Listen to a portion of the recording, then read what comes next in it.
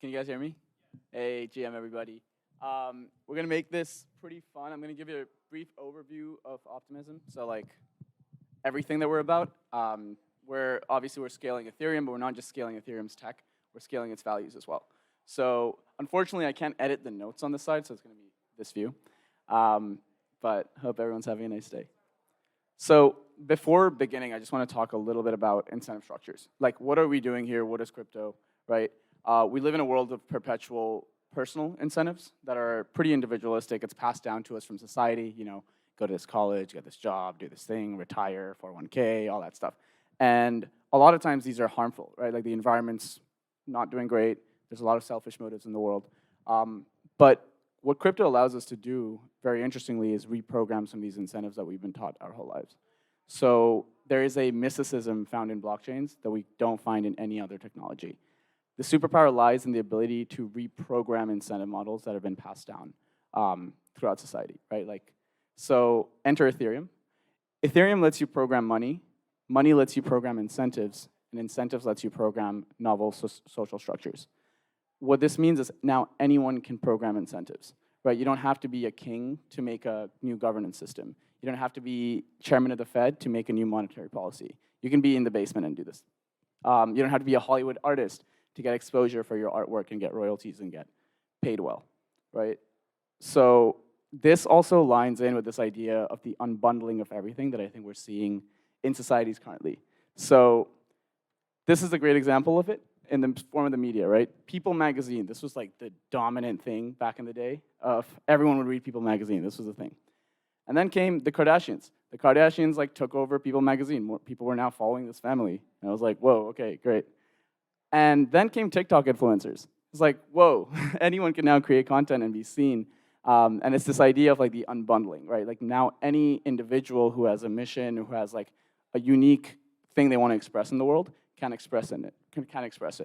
Through crypto, the similar thing can happen within banks, right? You have these large institutions that are doing certain things. Now some people who are friends in a basement can program structures that end up having billions of dollars in TVL that people use for banking, right? It's goes along the wave of unbundling everything. So I think we all know that Ethereum is the best city in the world, right? Everyone wants to be on Ethereum, everyone wants to go there, spend time, but it can get crowded. When there's a lot of people in one spot, you get traffic jams, you get a lot of fuss. How do we fix that?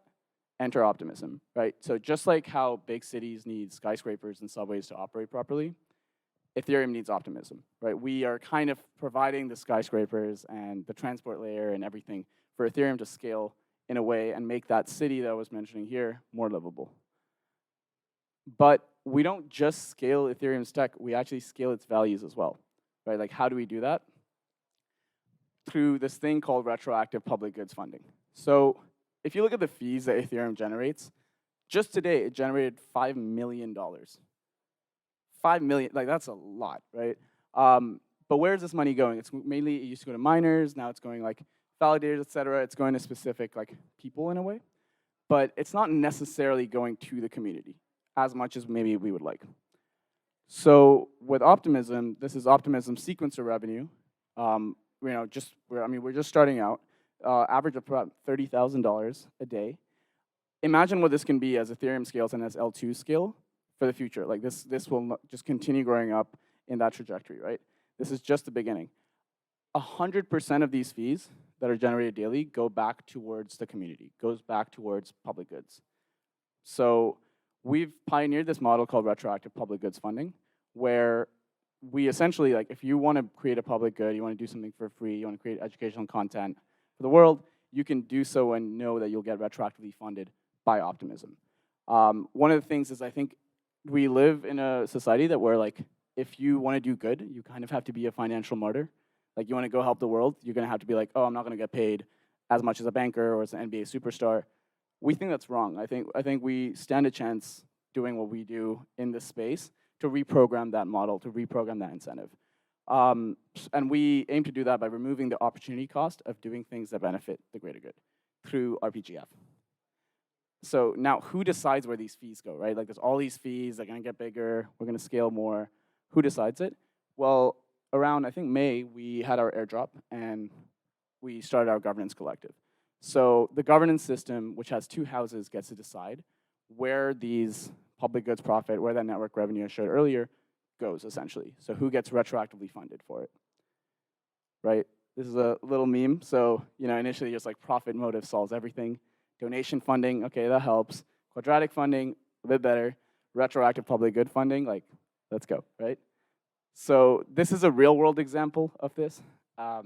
Let's say right now, like, I want to plant trees. Like my contribution to humanity is I want to go and plant trees. Now I walk over, I see a VC. I'm like, hey, VC, can you give me $5,000 to plant some trees? Like, it's for the good of the world. The VC looks at me in the face and laughs at me, right? He's like, why would I do that? Like, there's no return on investment for me. Like, why would I do that? That's the pessimistic world of today. The optimistic world of tomorrow, and today, because we've already done this, is same thing. Now I want $5,000 to plant my trees. I go to a VC and I say, if I do a good job with this, the Optimism Collective is going to retroactively fund me for this. Now a VC is looking at this and being like, that's an interesting model. Like, yes, I'll bet on you, right? Like every investment a venture capitalist makes, for example, is like an investment in a person. Like, oh, maybe they'll succeed. Here they have a clear sign of an outcome where if they succeed, they might get retroactively funded. So that's a real world example of like what RPGF can become. And of course, it's not just limited to planting trees, like everything from building infrastructure to educational content to pretty much everything that's an open source public good. So, we fund public goods through network activity. So as people use Optimism, as you deploy an Optimism or do anything on our network, it goes to feed these fees, then goes to this pot of retroactive funding, then governance votes on where that funding goes. So what's happening with the network? Like, why would you want to use our network, right? Like, what do you want to do, and what can Optimism provide to you? So for that, the state of rollups today. So up and to the right, obviously, like everyone's heard of rollups now. It's growing. A lot of folks are using rollups, right? Like I think we hit almost $6 billion in TVL across all L2s on Ethereum. So there's a lot of traction, and obviously there's a lot of fees that are being generated, as I explained before. But it's cheap, but maybe it's not cheap enough. There'll still be some alt-L1s in the world that are like, we're cheaper than you and all that.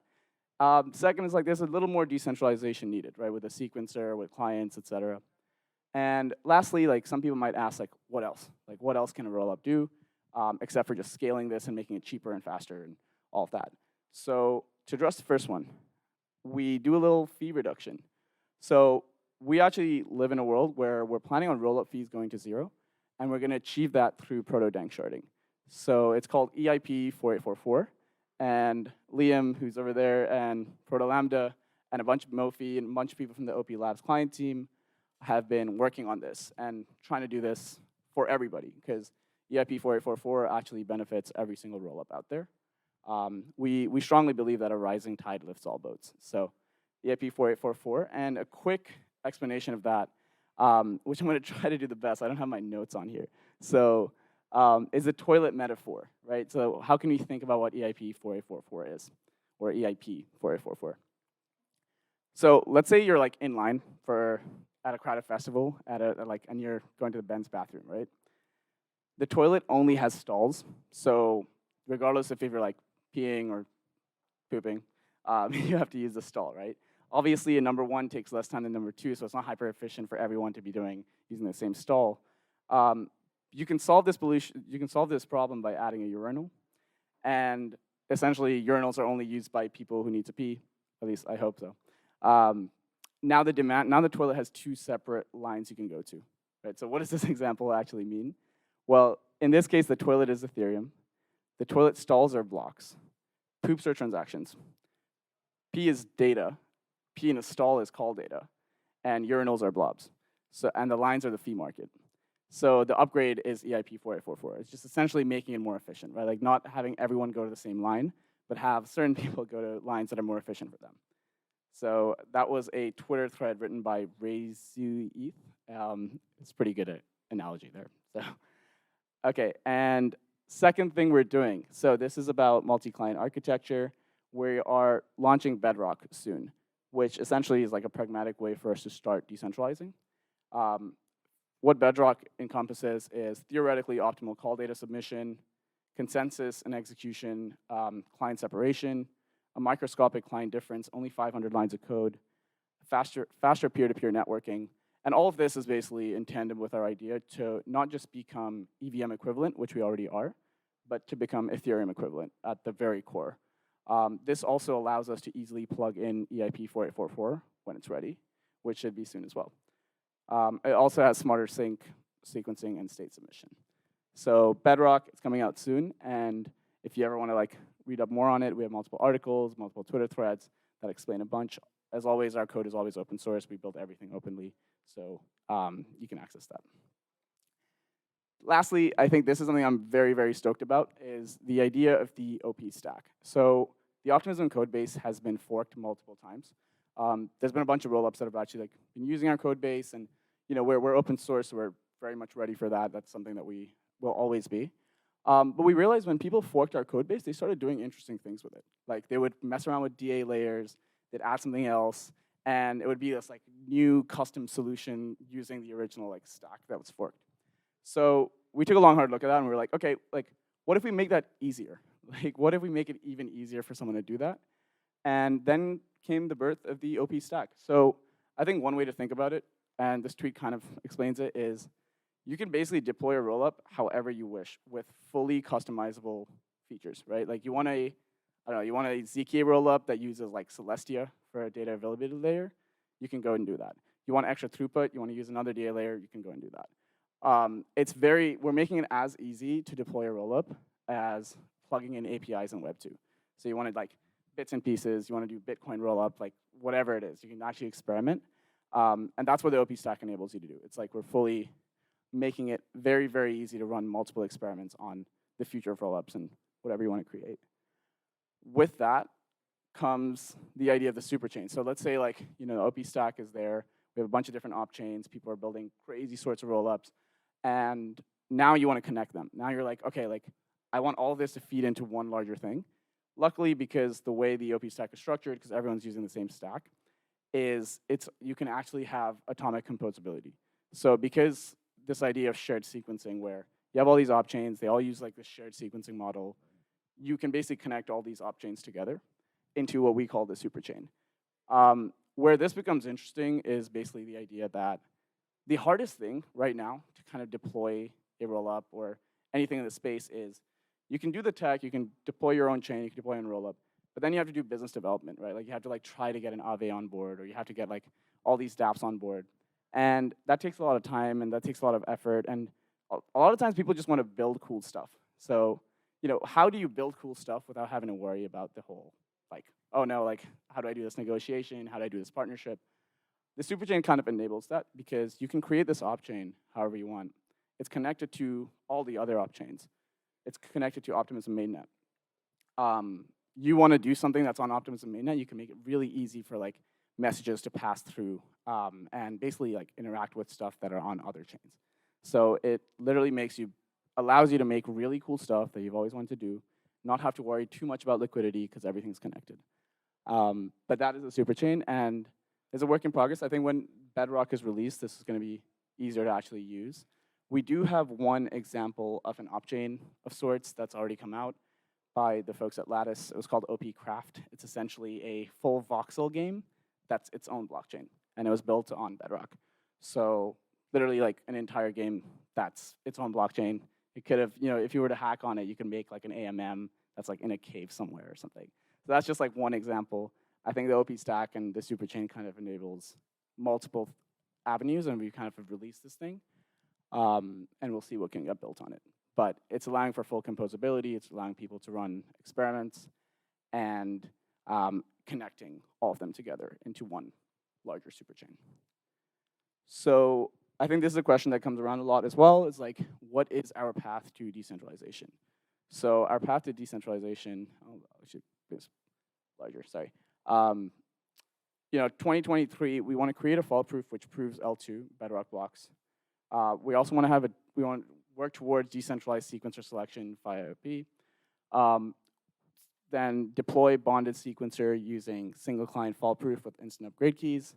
Sequencer auctions. These are works in progress. Like it's not. I wouldn't say it's like hyper finalized, but these are ways that we are currently might be thinking about it. And then by 2024, deploy bonded sequencer using multi-client fault-proof without instant upgrade keys. And then we reach a world where we're a bit more decentralized and can look towards the future.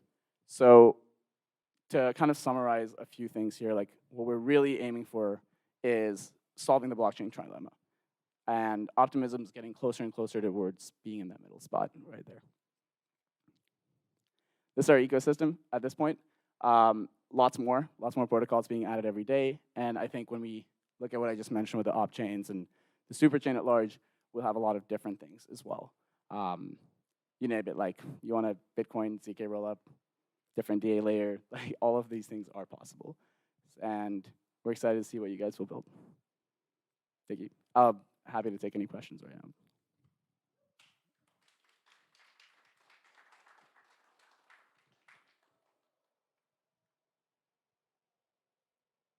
Yeah.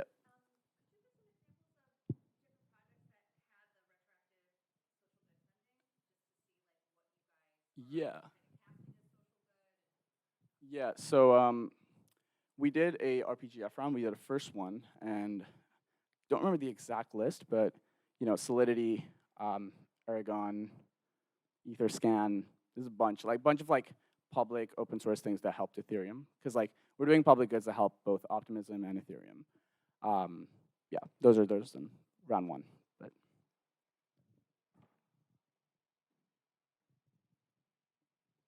cool. Yeah. Sorry.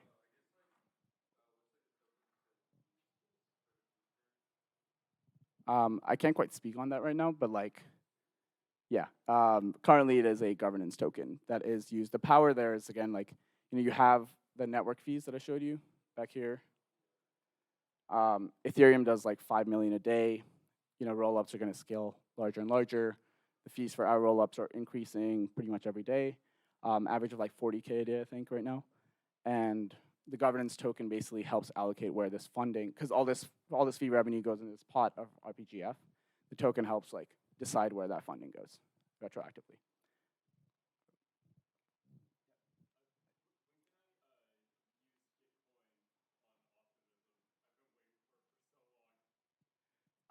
That's an interesting question. I think, are there Gitcoin folks here?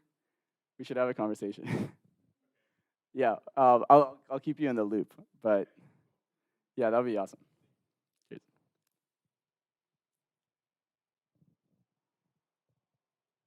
Do you guys have any crazy like op-chain ideas? Like what's like the craziest thing you can think of?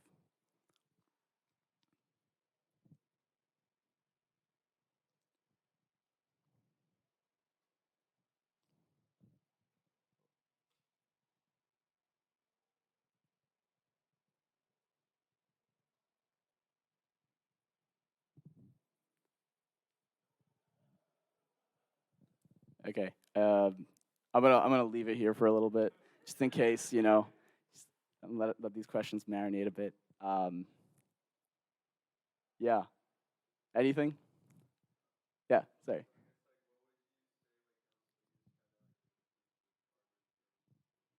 Yeah, great question. So I think a few things. I believe Nitro might have changed this, but for a really long time, we were the only EVM equivalent rollup. So you know, we had the OVM before, and we were like, okay, like let's move this a little bit. Let's be as equivalent to Ethereum as possible. So we moved towards EVM equivalence, which for any dApp developer just makes it a lot easier to deploy on Optimism. It's just like literally chain ID switching. So that's one. I think the other thing is also the public goods funding route, where you know all of our network fees will go back towards our community. The bet there is if you have a community where you continuously invest in its public infrastructure, you'll basically have a place that's easier to build in, that just has more structure, has more bedrock foundations, that can supercharge the power, like the apps of the future. That's one of the main differences, I'd say. Let's see. Yeah.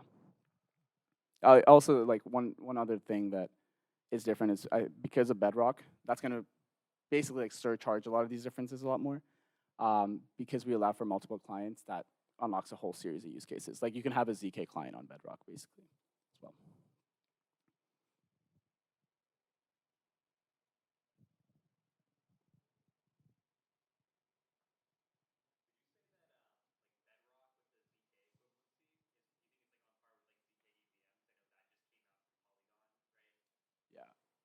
I think we'll have to see. Yeah, it's all really fresh right now. Does that come out yet? Ha- Okay, I see. Yeah, Liam's our CEO. Yeah, basically, like, what's the deal with ZK EVM? I think the whole idea with like the OP stack is that all these things are pretty plug and play. Like, if you want to have a ZK fault proof, whether that's with EVM or whether that's with MIPS or RISC or some other ISA, like it's kind of whatever you want. There's multiple projects building these things. Like there's the Hermes one, there's Scrolls, there's Risk Zero doing it for Risk. Um, ZK Sync has like their own kind of custom thing. Like all these, from my standpoint, eventually these are going to be like solved. It might take a few years until we get like a really performant one that anyone can run. But um, if it's not open source, I think the community will like reject it. So it'll have to be open source. And the whole idea that we have from our approach is like just focus on the community first, focus on the governance, focus on the funding distribution, and then plug in the proof system later. So from our standpoint, we're not. We basically think like whichever one of these ZK approaches wins is the one that we'll use, and we're probably going to start like finding ones that we want to like even start funding or supporting to start competing to be one of the options that people can use for their proof system. So yeah, I think it's kind of weird historically, like how we've ended up in this world where there's like optimistic rollups and ZK rollups is like this competitive thing in this L2 industry, because it's fundamentally we're just building core infrastructure to scale Ethereum, and I think that it's like I think it's a mistake to kind of think of these things as competitive right now. Over the long term, it'll just the whole point, like this kind of technology is going to commoditize, and the interesting thing is going to be the community on top, and what kind of worlds you build with your own chain infrastructure. Which, by the way, is very interesting. Why Cosmos, the Cosmos app chain thesis, I think, is very like worth revisiting. And I think there's probably a world where like on Ethereum we start seeing way more app chains emerge. So I would also look into that as like if you're a hacker trying to figure out what to work on, like you don't necessarily have to go into the app layer. Like there's still a ton of stuff to work on lower down. Yeah, anyway, sorry, it's a long-winded answer.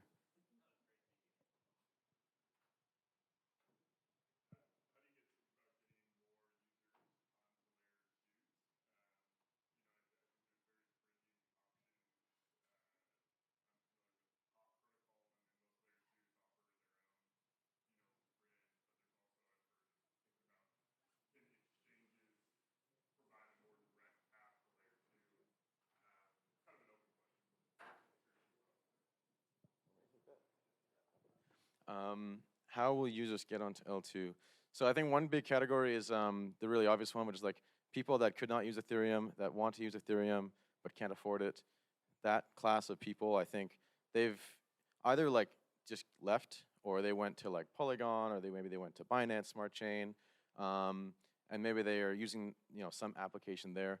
But it's not like they're gonna like just like stay there. It's like their favorite place in the world. They're gonna like all of the time shop around for where's the ecosystem going to the future, and so I think that category of people will likely, once it's clear, like, hey, there's an alternative from these like less centralized, from these centralized chains to use Ethereum again, then I think they might begin to flock over to Optimism because they see this is like a better way to still have the sense of security and decentralization and Ethereum community alignment that they want, and so they'll maybe flock back in.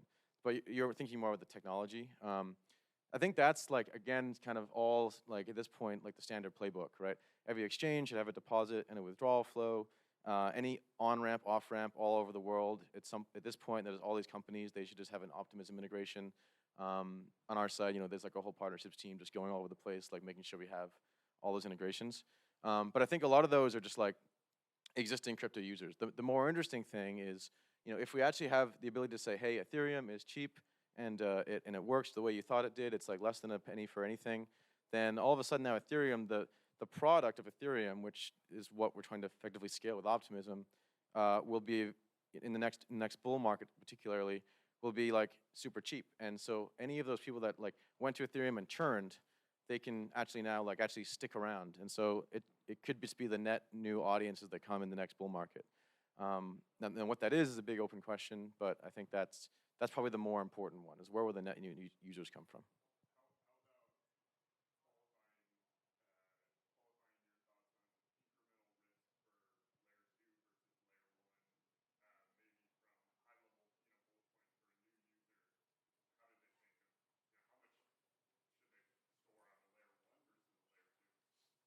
Yeah, that's a good question. I think the answer, so the question is, how much money should you store on L1 versus on L2? I think I would think of these as like tiers of temperature of your money. Like if your money is really cold, like you're never gonna touch it. You just want it in your like, you want AVE USD, you just don't wanna keep it in one place, like, you know, it's your savings account, it's your money under your mattress kind of situation. Then like probably you wanna keep it on L1 because it's like nothing's gonna change. It's just a net kind of ossified almost system. You're just like, okay, that's like, you know, with Bitcoin, right? It's like not gonna change, so you keep your money there, you can feel pretty safe at night. On the L2s, you wanna probably have more of your money that you're gonna use regularly, right? Like it's more of a checking account. It's more of a, you know, maybe once a week, once a month, you kind of use this money for some reason. Either you're leveraging something, you're saving something, you're spending it, you're sending it. Then, you know, L2 should kind of occupy more of the actual human usage. So it might also divide up the users to be more like you have bots and humans on L2, and then you have like large institutions and like you know, hardware wallets on L1. That might be what happens, but it's hard to tell.